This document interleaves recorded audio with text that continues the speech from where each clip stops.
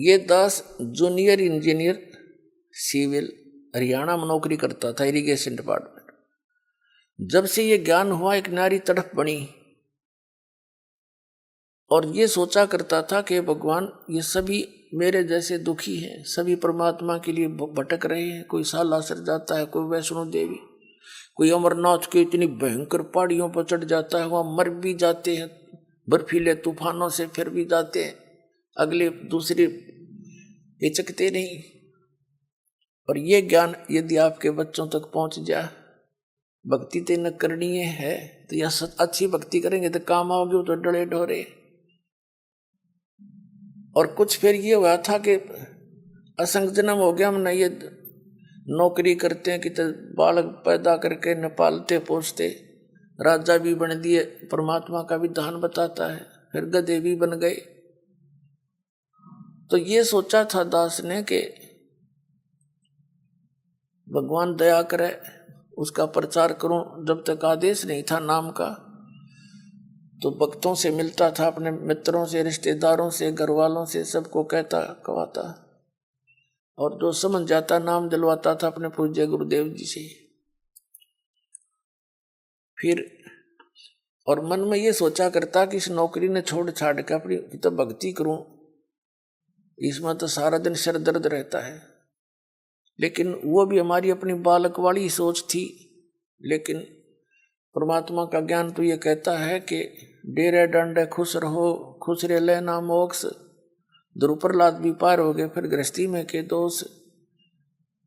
तो फिर दिल सा डटे था।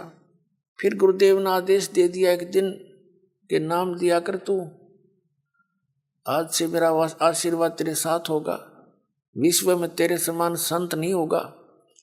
मैं उनके मुंह की तरफ देख रहा था।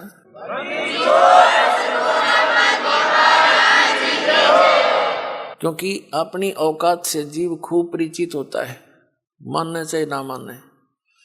मुझे अपनी सतीथि का पता था कि जितना वजन इन्होंने दास पर रख दिया इस योग्य नहीं है। फिर भी मेर है उनकी, गुरु मेर करें तो कागज हंस बना दे। तो उन्होंने कहा तेरे साथ रहूंगा, चिंता मत करना। और आज से सभी जितने उनके शिष्य थे सबसे कह दिया था कि आज के बाद मैं तुम्हारा गुरु नहीं हूं, आज से दोबारा इससे उपदेश ले लो और इसको गुरु बनाओ, इससे तुम्हारा मोक्ष होगा। अब यह बात भी नहीं हमारे गले उतरे थी कि उन तो मौज है उनकी।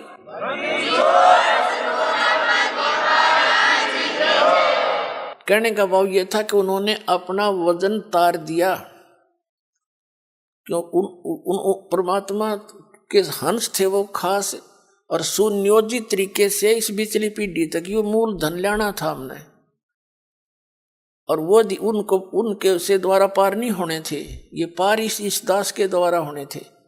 इसलिए उन्होंने अपना पल्ला झाड़ दिया और अपना वजन कति खत्म कर दिया। मैं तुम्हारा गुरु नहीं हूं, अब ये है वो गुरु जिसकी तुम्हें आवश्यकता है। छुड़ानी के अंदर उन्होंने स्पेशल ब्लॉक सबको सामने कह दिया था। तो बुद्धिमान व्यक्ति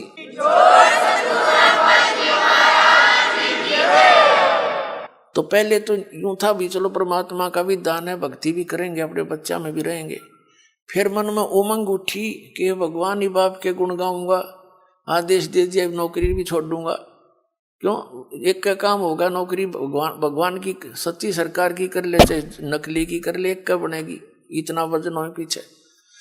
तो फिर ये पाठ सत्संग की अधिकता होगी। सन 1995 में दास ने सर्विस त्याग दी और खुशी मनाई थी कि मैं चलो असंग जन्म का झंझट था इब निमट गया, अपना भक्ति करूंगा, अच्छे भगत मिलेंगे, सब तो प्यार तरह करेंगे, ज्ञान सुनाया करूंगा। अब मैंने सोचा था कि अब मैं चैन से रहूंगा। अब इसमें देखा इस जितना झंझट की तो पाया कोई ना। साची को कबीर साहब कहे हैं, साची को और मारना है, भला करूं और बुरा बतावें।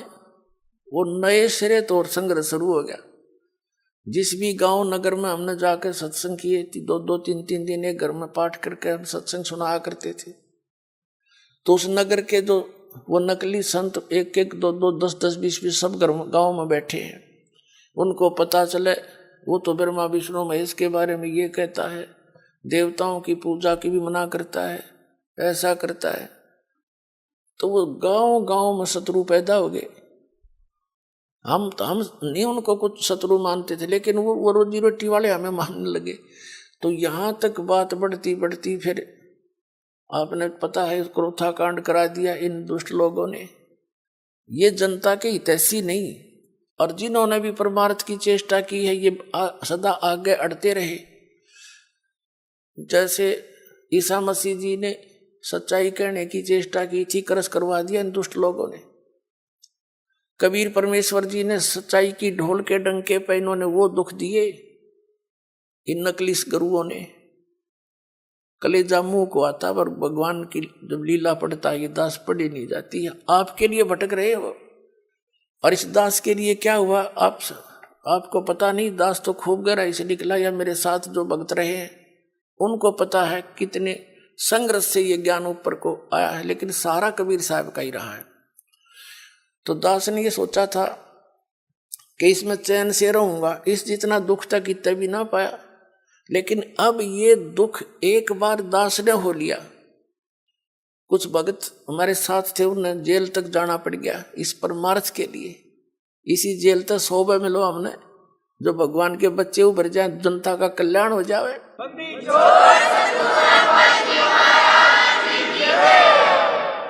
तो उस दिन से लेकर आज तक वो संघर्ष जारी है।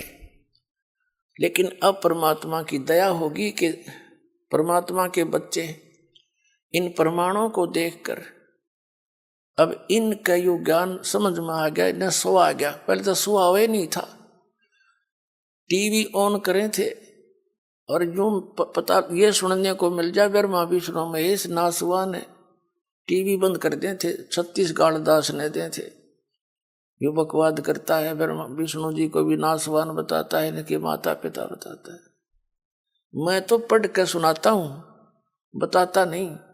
इनका इतिहास लिखा हुआ है, और वो तुम्हें पढ़ने को, आप जी को मिला नहीं पढ़ने को। आप समझ नहीं सके, दास तो समझ आ रहा है कि ये लिखा है इनके इतिहास में। तो अब मान गए ये।